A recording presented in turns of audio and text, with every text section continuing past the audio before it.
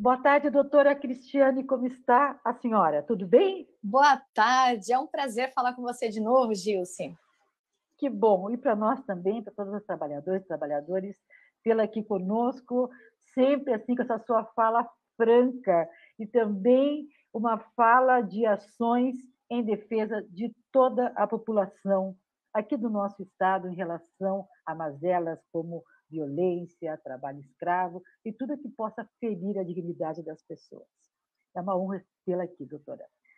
No dia 28 de janeiro, agora, próximo, passado, houve o que a imprensa está dizendo como uma das maiores operações de busca a trabalhadores em condições análoga à escravidão.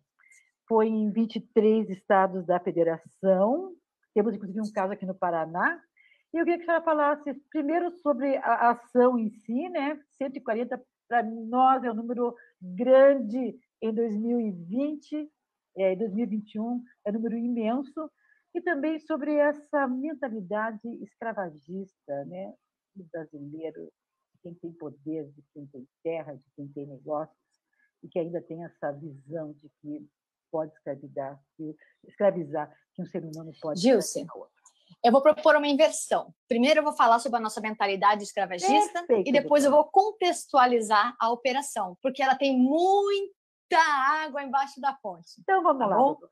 Sim. Então vamos lá.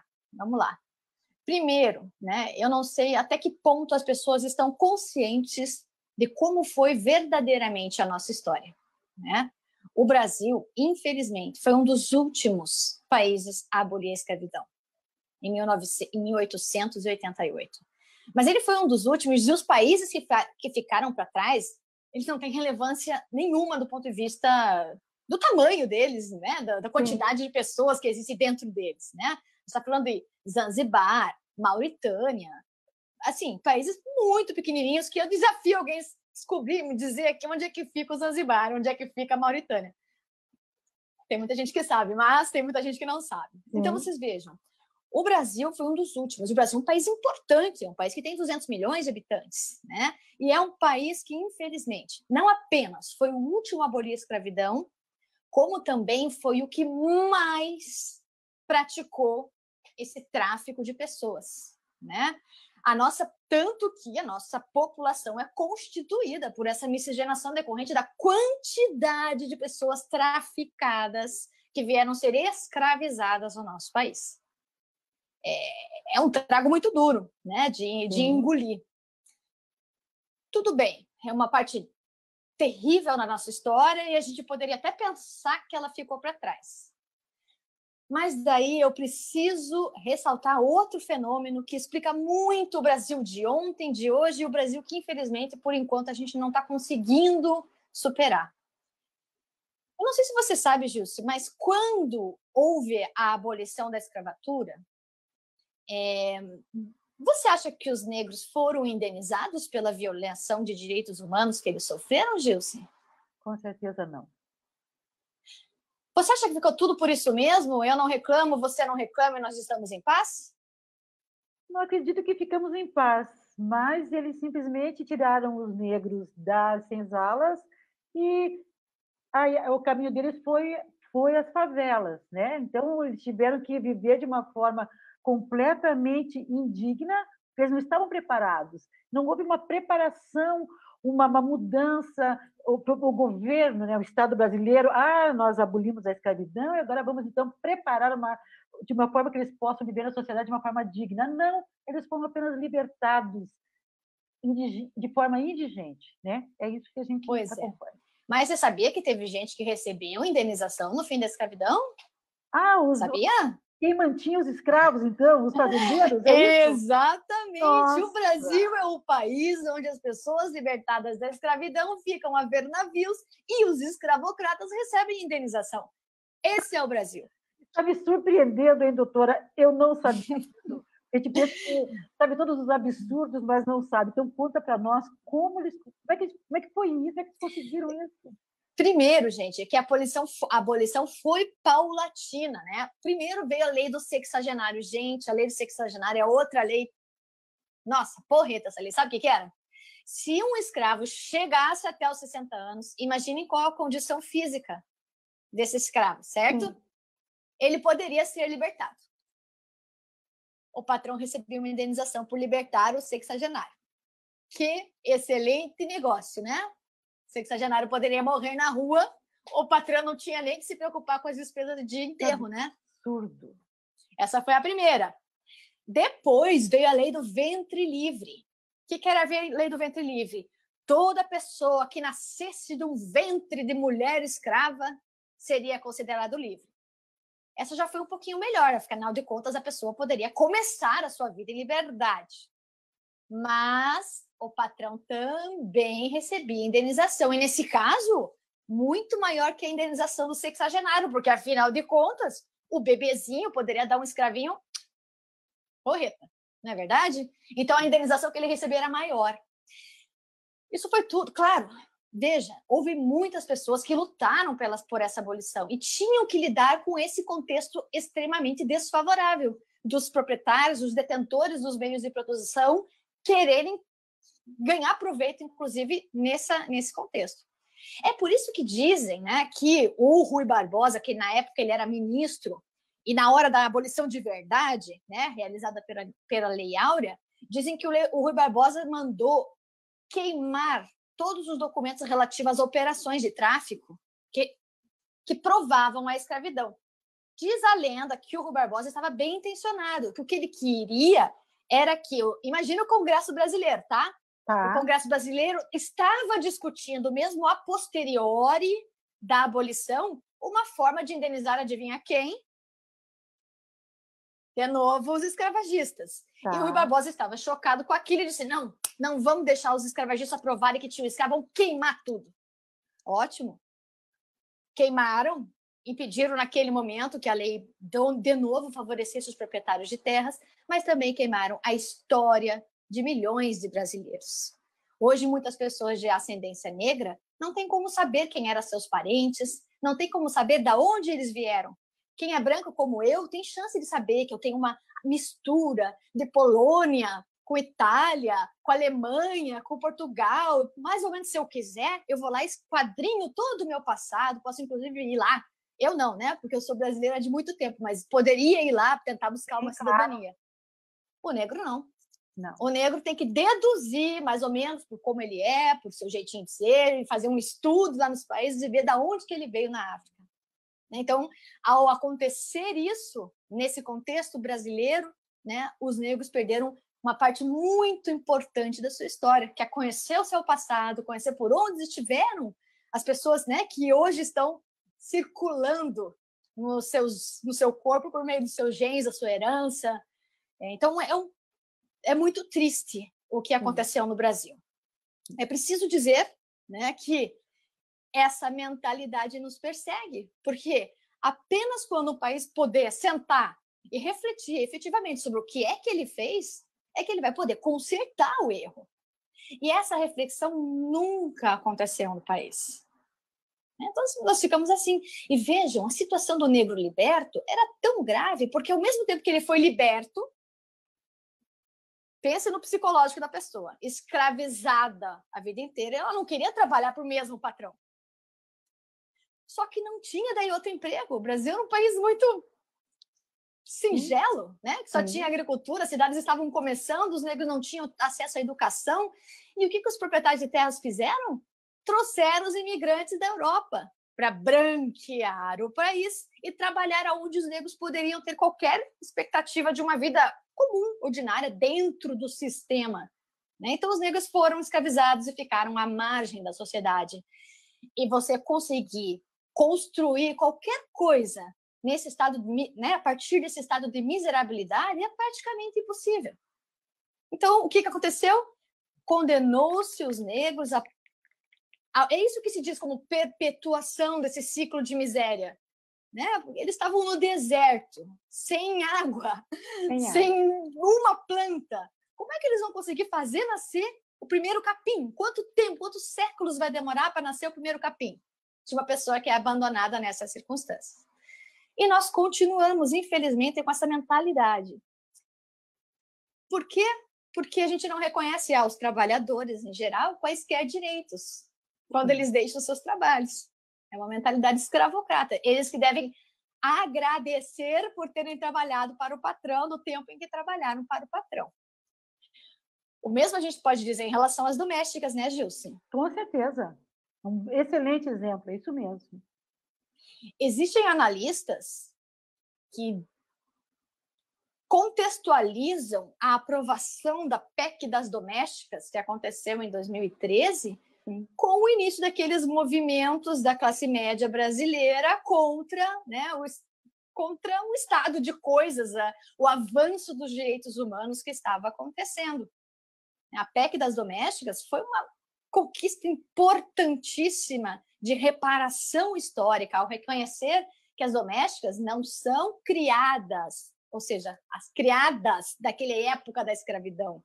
Elas são trabalhadoras com dignidade e exercem um relevantíssimo papel social numa sociedade que não garante, por exemplo, escola, creche para todos os filhos das famílias brasileiras, e também uma sociedade que empurra a mulher para o trabalho sem dar qualquer retaguarda para as responsabilidades familiares. E também uma sociedade que deixa as responsabilidades familiares em cima exclusivamente das costas das mulheres.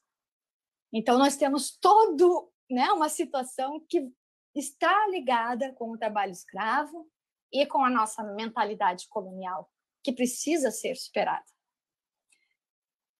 Pois bem, né?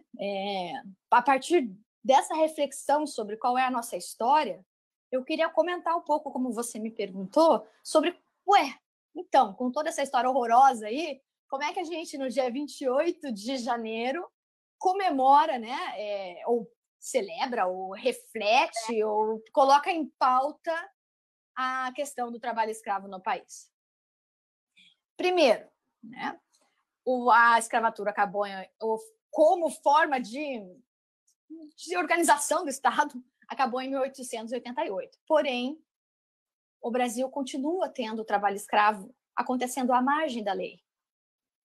E em 1995, o governo federal reconheceu publicamente e internacionalmente que no Brasil havia trabalho escravo.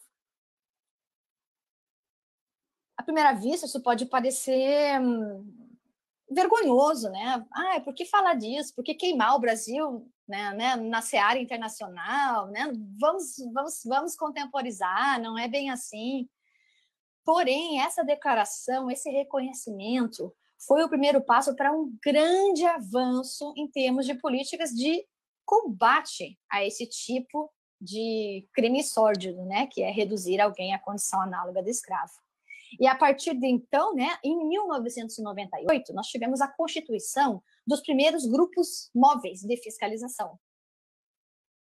Qual que era a mentalidade nesse caso? Nós sabíamos, né, e a Comissão Pastoral da Terra vinha denunciando, pelo menos desde a década de 70, com muita força, vinha denunciando que a derrubada da floresta amazônica para a construção de pasto, ou simplesmente para a extração de madeira legal ou ilegal, estava sendo efetuada na base do trabalho escravo. Eram sucessivas denúncias, inclusive de trabalhadores que eram assassinados ao tentar fugir desse cativeiro. Né? Então, o reconhecimento do governo brasileiro não veio do nada, veio de um trabalho muito forte de denúncia internacional. Pois bem, a partir disso, sabendo-se que os casos mais grotescos de trabalho escravo aconteciam lá na floresta, né, onde ainda a civilização não chegou, o que se entendeu era que era importante que a fiscalização fosse lá no lugar. E, a partir de coletas de denúncias, ou da CPT, ou outras denúncias, ou denúncias anônimas, organizavam-se expedições nas quais auditores fiscais do trabalho, procuradores do trabalho e membros da Polícia Federal ou da Polícia Rodoviária Federal, no início, acompanhavam as diligências e buscavam, né, os cativeiros e efetivamente começaram a libertar trabalhadores escravizados. Este programa, que foi criado em 98, tomou muito impulso a partir de 2002. Né? Os números indicam que em 98 a gente teve 90 resgates, foi passando 100 resgates. A partir de 2002 a gente passa para 2.000 resgates. por ano. E a gente tem, digamos que, uma fase áurea, no qual todo ano eram resgatados mais de 2.000 trabalhadores, porque as inspeções estavam organizadas, aconteciam sucessivamente, tinham apoio governamental, os auditores fiscais tinham diária para fazer resgates, por exemplo, podiam organizar, tinham gasolina para pôr nos veículos, esse tipo de coisa. Ao mesmo tempo, a luta foi crescendo e trabalhou-se pela aprovação de uma emenda constitucional que declarava que nas terras onde houvesse flagrante de trabalho escravo, haveria também a desapropriação sem indenização. Essa PEC foi finalmente aprovada em 2014 ou 2015. Vejam, gente, que alegria, que movimento maravilhoso, porque finalmente os proprietários de terra, em vez de indenizados, seriam penalizados por praticar o trabalho escravo. Isso é, assim, uma conquista. Realmente uma mudança, uma correção de rumos na história do Brasil. Pois é, né? Pena que a história não acabou ali, Gilson. A história não acabou ali. A partir da aprovação da PEC, nós já estamos em 2014, 2015, a gente tem essa virada, esse momento em que o Brasil começou a ficar de cabeça para baixo, como está até hoje. E a partir do momento que se aprovou a PEC, a gente começou a ouvir vozes questionando o conceito de trabalho escravo. Faz todo sentido, né, Gilce? A gente aprova uma PEC dizendo assim, em terra onde for flagrado o trabalho escravo, haverá desapropriação sem indenização. De repente, o que era uma coisa bem simples de saber, trabalho escravo, quando a pessoa não tem liberdade, quando ela não tem condições de trabalho, quando ela é sujeita à jornada exaustiva, começaram a falar, não, mas espera aí, mas o que é jornada exaustiva? Não, mas espera aí, mas o que é mesmo condição degradante? Não, mas não ter água para beber é degradante?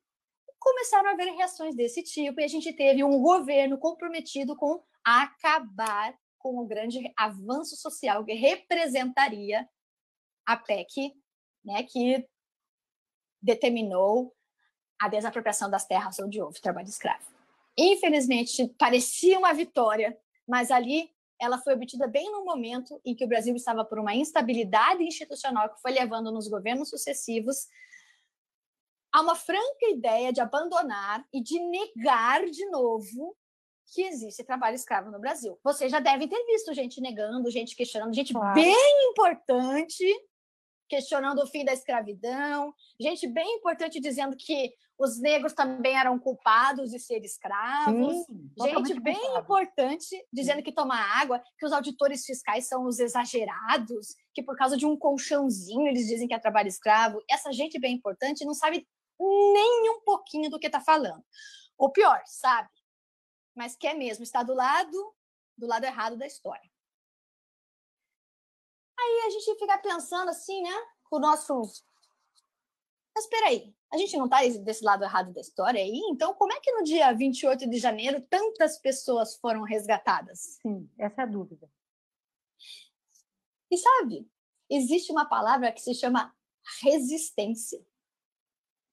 Com todo esse cenário desfavorável, né, de pessoas tentando cortar recursos, dificultar a ação dos fiscais, eliminar os fiscais, insuflar a população para que ela fique contra os fiscais e todos aqueles que combatem o trabalho escravo, existem pessoas dentro da auditoria fiscal do trabalho, dentro do Ministério Público, dentro de vários órgãos que integram uma coordenação criada para estudar formas de acabar com o trabalho escravo, que não se conformam com esse estado de coisas e que têm lutado para impedir que essa nova mentalidade re-escravocrata, né, neo-escravocrata, se consolide no país.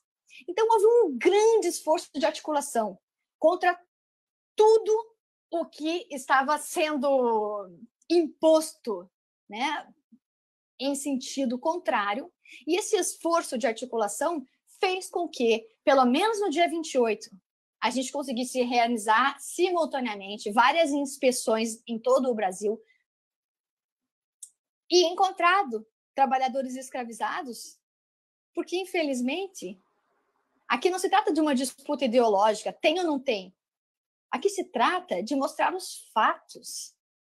existe trabalho escravo no Brasil, as pessoas continuam, e o que é pior, como a mentalidade escravocrata está tendo espaço para se manifestar, Sim.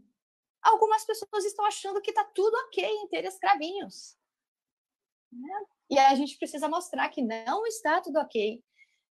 Que apesar da gente ter péssimos exemplos vindo de cima, a gente ainda tem uma legislação muito favorável ao combate ao trabalho escravo. Né? A gente tem no próprio Código Penal, ele fala sobre o que é o trabalho escravo de uma forma muito elogiada internacionalmente e de acordo com os principais e mais avançados protocolos internacionais sobre esse tema.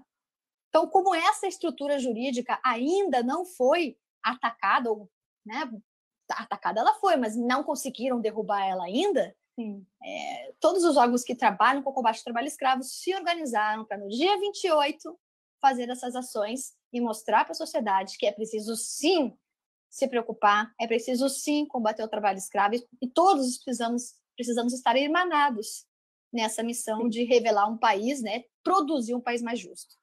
Doutora, pelo que você nos disse, tantas coisas foram flexibilizadas no Brasil, os direitos trabalhistas, e também foi flexibilizado o conceito de trabalho escravo, que interessante, né? Para que não se consiga determinar e, com isso, não possamos punir quem está cometendo esse delito. Eu gostaria de saber, doutora, para que os trabalhadores que estão nos acompanhando, trabalhadoras também entendam, em quais setores se concentram o trabalho escravo. Se é em qualquer setor ou ainda existe algumas atividades onde as pessoas, pelo menos, né, vamos falar, não é nem tentar, porque eles estão fazendo isso, mas tentam perpetuar essa ação totalmente abominável. Então, em tese, é possível haver trabalho escravo em qualquer situação, tá? Mas existem realmente alguns lugares nos quais ele é mais comum. Tá. E, geralmente, o que está associado ao trabalho escravo? A migração. Né? Em princípio, né, você resgata muito mais pessoas que foram migrantes e que chegaram naquele lugar atraídos por uma oferta falsa de trabalho. E eu acho que eu usei migração meio errado, né? O certo seria o tráfico de pessoas. Né? O trabalho escravo está associado ao tráfico de pessoas. Porque a pessoa acha que está migrando, porque ela recebeu uma oferta de trabalho interessante em outro estado do país, ou às vezes no exterior, ela acha que está migrando, mas, na verdade, como aquilo lá foi um embuste, um engano, a pessoa está sendo, na verdade, traficada. Esse é o termo jurídico correto. Isso acontece mais para os trabalhos que têm essa característica de serem trabalhos com duração determinada. Por exemplo, no campo, fazer o desmatamento de uma área de 100 hectares. Né, uma missão determinada. Fazer a cerca, porque às vezes os grandes proprietários eles precisam de alguém que faça a cerca para colocar os bois dentro. E vocês acham que é uma cerquinha que você faz um dia? Não, nós estamos falando de mega terrenos, né, em que a pessoa precisa derrubar latifúndios do tamanho dos estados brasileiros, em que a pessoa precisa derrubar a árvore e colocar as estacas feitas de árvore, colocar o arame farpado. Isso dá um trabalhão de meses, né? Geralmente as pessoas são recrutadas na base do engano para esse tipo de situação. Mas olha, gente, não só. A gente já encontrou situação de trabalho escravo na construção de como é que chama? Hidrelétricas. Às vezes elas são realizadas. A construção de Jirau, por exemplo, em Rondônia, foi cercada de graves episódios de redução condicional ambiental escrava. É o governo quem estava construindo? Então, você veja, né? O governo não costuma, ele não costuma construir, ele contrata empreiteiras. As empreiteiras contratam subempreiteiras que contratam subempreiteiras, e é nesta cadeia produtiva que aqueles que estão no final da fila têm as piores condições de trabalho, e isso oportuniza que os gatos, que são aqueles, antigamente seriam chamados de capitães do mato, né? Na época em que a escravidão estava ok no Brasil. Hoje em dia eles são chamados de gatos, que são aqueles responsáveis por arregimentar, aliciar ou enganar os trabalhadores com falsas promessas de emprego e trazê-los para realizar tarefas determinadas. Digamos, por exemplo, agora eu estou falando aleatoriamente, tá? Sim. Digamos, numa construção de uma hidrelétrica, precisava alguém derrubar a mata para fazer o lago, que seria inundado. Vocês acham que seriam as grandes empresas empreiteiras que iam fazer essa tarefa? Não. Elas subcontratam, terceirizam, quarteirizam para quem pague mais, cobre mais barato. E, geralmente, quem cobra mais barato é aquele que planeja alojar os seus trabalhadores embaixo de tendas de lona. Aquele que planeja que os seus trabalhadores façam suas necessidades no mato e que tomem água nos córregos que eles encontrarem. Afinal de contas, nosso país, graças a Deus, tem disponibilidade abundante de água por enquanto. Né? Então, aí nós temos essas situações. E o que acontece? Na cadeia de pagamentos, às vezes, esse cidadão aí que achou que ia ganhar um lucro trazendo trabalhadores enganados, vê que seu lucro não é tão grande, daí ele acha que não foi justo e decide não pagar os trabalhadores. Nós estamos diante de uma situação de trabalho escravo, com trabalho degradante. Sim. Doutora, o trabalho que é contratado e que as pessoas são pagas com comida, que no caso elas têm aquela conta ali no armazém, esse trabalho também é considerado análogo à escravidão, porque eles precisam receber dinheiro em cash, né? Em espécie. No Brasil, você não pode trabalhar por comida. É isso, né, doutora? Exatamente. E você veja como é sórdido, como é cruel. No Brasil, ele é chamado de sistema de barracão. Né? A pessoa já foi lá atraída para o meio do mato, onde não tem nada. O empregador devia dar comida para esse trabalhador. Claro. Aqui na cidade a galera não ganha vale alimentação, vale refeição. Ganha, né? E ele pode escolher ainda onde ele vai comer. Lá no campo, não. Ele não tem vale alimentação, nem vale refeição. E o patrão disse, como que você não trouxe comida da sua casa para os 5 meses que você vai ficar aqui trabalhando? Então, bom, sou muito bom, eu vou providenciar um mercadinho aqui, mas você sabe, né, que é o fim do mundo. Então, aqui, um arroz não vai custar 10 o quilo, 10 o quilo. Um arroz vai custar 50 o quilo aqui, porque, afinal de contas, estamos no meio do mato. Então, esse custo que deveria ser assumido pelo empregador, em razão da natureza dessa atividade, é jogado nas costas do trabalhador, que está totalmente sem defesa, vulnerável naquela situação. Esse sistema de barracão causa o endividamento, no qual é um joguinho de faz de conta. Se supõe que o trabalhador ia ganhar 2 mil, mas aí o patrão fala só que é o seguinte, vou descontar o valor da tua bota, da enxada, tudo que ele tinha que dar, né? E vou descontar o valor da alimentação, vou descontar 1/5 do transporte que eu paguei para você vir aqui. Você não ganha nada, você ficou devendo 20 para mim esse mês. Isso é trabalho escravo. Olha, eu vou te dizer uma coisa. A gente resiste fazendo o nosso trabalho, no caso, nós, membros do Ministério Público, mas o Brasil precisa que todos os brasileiros estejam engajados numa transformação social que retome a perspectiva da justiça social, que supere essa ideia do Estado mínimo neoliberal, porque o Estado mínimo neoliberal é aquele que dá mais dinheiro para aqueles que já têm, e é aquele que condena à morte por inanição aqueles que não têm. Então, apenas quando a classe trabalhadora se conscientizar de que ela está do lado de baixo, do lado que não vai ficar com a distribuição da riqueza, e por isso lute para mudar esse estado de coisas, sem todo o povo brasileiro conscientizado, não é as instituições de justiça que tradicionalmente... Agora estou falando de história do Brasil, por favor. Claro, Tradicionalmente, as instituições de justiça são conservadoras e alinhadas aos detentores do poder. Nós não podemos ignorar essa verdade, né? E é só o povo que tem a força para mudar isso agora. Bem bacana, doutora. Adorei sua mensagem. Que o povo esteja aqui e percebendo o seu papel, né? Que nós não precisamos ficar aqui apenas sofrendo e acompanhando as coisas. Nós temos uma ação. A gente pode fazer. A gente pode fazer pouco a pouco, né? Fazer alguma coisa, né? Não ficar só na internet também, que não adianta. Vamos ajudar, vamos praticar a solidariedade, né? Isso é muito importante, porque acho que o grande valor, a grande pegada aqui é praticar. E é um desafio, Júcia, porque a gente vai se acostumando a ser egoísta. As redes sociais, elas nos enganam, porque a gente acha que só porque a gente está criticando alguém lá no Facebook, a gente está arrasando. É preciso mais do que isso.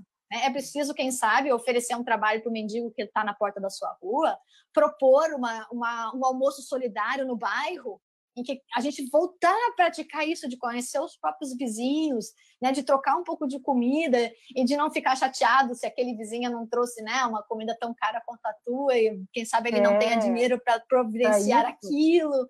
Então a gente tem que fazer uma mudança no nosso próprio coração porque ele está contaminado dessa ideologia. Então, às vezes, nós mesmos, a gente conseguiu o trabalho de nós mesmos, eu vou lutar contra aquele neoliberalzinho babaca que mora dentro de mim e vou ser solidário, já estamos avançando, já estamos no caminho certo. Muito bem, doutora, show. Muito obrigada. Sua passagem por aqui é sempre um furacão de coisas boas, de preste para nós, com certeza, nos dá esperança. Doutora, muito obrigada.